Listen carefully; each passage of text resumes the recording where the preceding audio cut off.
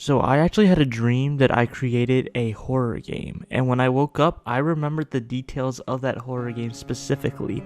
So, in today's video, I'm gonna go ahead and go over a proof of concept for my horror game. But before we begin, please hit that subscribe button and like the video to see more interesting videos like this. Alright, so I want to start you off with the scene. I'm gonna set the scene for you. You open your eyes and you are in a pitch dark forest.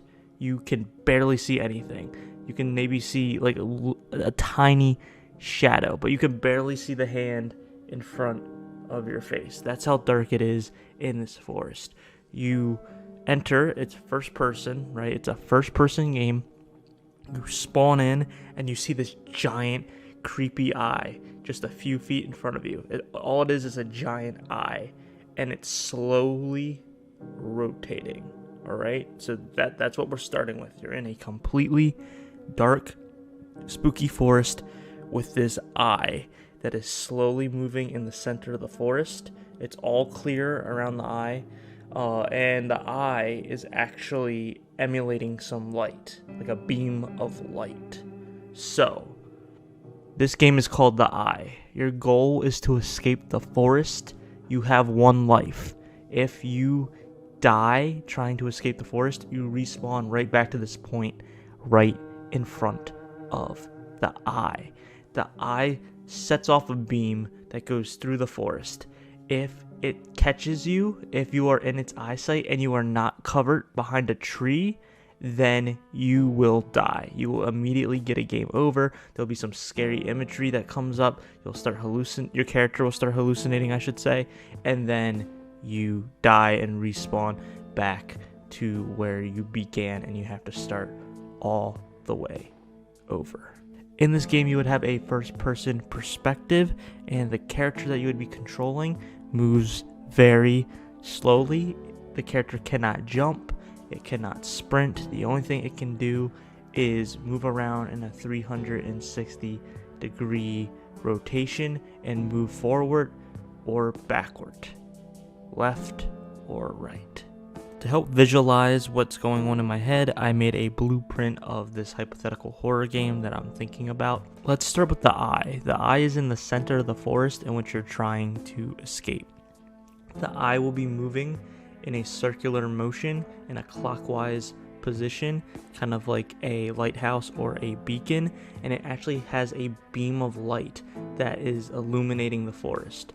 So it will be moving around in a circular motion, and if you get caught in that beam, like I said before, you start seeing trippy things and then you get a game over. However, if you hide behind a tree, you are safe from the light source. Also, if you make it further back into the forest, a certain distance away, then you can actually not get caught by the eye. You're far enough away where it will not do this to you. But that's the most outer ring of this game. When you start out, the eye is moving relatively quickly, so you got to make sure you get cover in enough time. But the further you go out, not only will the rotation of the eye switch up on you, but the speed will also slow down, making timing very crucial in order for you to move forward. Because remember, it is extremely dark in this forest, and you're going to need that light source to see where you're going. So now we're going to go over each ring and their objective, basically.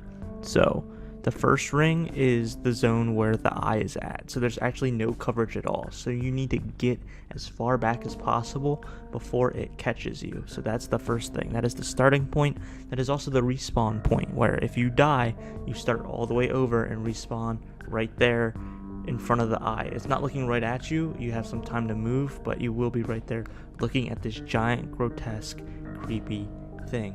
When you move back into the next ring, there will be trees. You can't see them too well, but you will get their silhouette basically in the darkness. If you hide behind these trees, it will protect you from the eye. So ideally, you are still looking in the direction of the eye so you can see when it is turning to face you, and you're also backing up and getting behind a tree, so that way it does not detect you. Then you keep moving back, but now there is a new enemy or a new sort of source that can get you a game over besides the eye. So you will still get a game over if the eye catches you, but now there's also these very tall and creepy creatures that look like trees. They're so tall that their legs are like trees and their legs are together. So if you hide behind one of these fake trees and the light source shines, the creature will actually take its long, bony, creepy hands,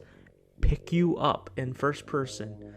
You will look right in its creepy face before it rips you apart and you get a game over. It's going to be a very tiny feature, a tiny clue for you to distinguish between the tree and the creature. So you have to make sure you're listening for noises, and you also need to make sure that the silhouette is, correct compared to a tree and to a creature. So yeah, that's going to be the new thing when you move back more. Once you get to the very last ring or the outer ring of the forest, the eye can no longer attack you.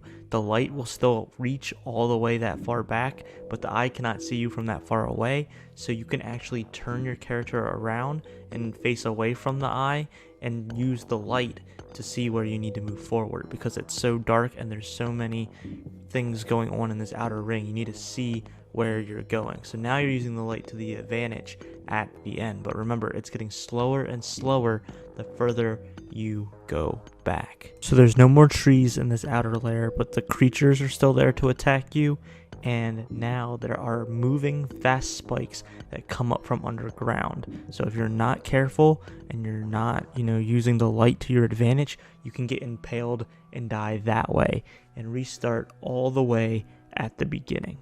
Alright, so that is like the main concept for my horror game that would hypothetically be happening. Now, if this game were to be made, there would be extra stuff as well, such as like a time trial mode where you gotta get out in a certain amount of time. Maybe the creatures can move. There's different things to tweak out and, conceptualize, but this is like the basic concept, the proof of concept. I don't know if this is ever going to happen. I don't know if this is ever going to be made, but you guys let me know in the comments below, what do you think of this potential horror game? Do you like horror games? If so, do you think you would watch this or watch another person, say a YouTuber, play this game? Let me know. I would be very interested to hear what you have to say, along with any feedback or criticisms that you have. I'm open to all ideas. I'm OCDsaster, and I hope you have a great rest of your night. And yeah, that's going to do it.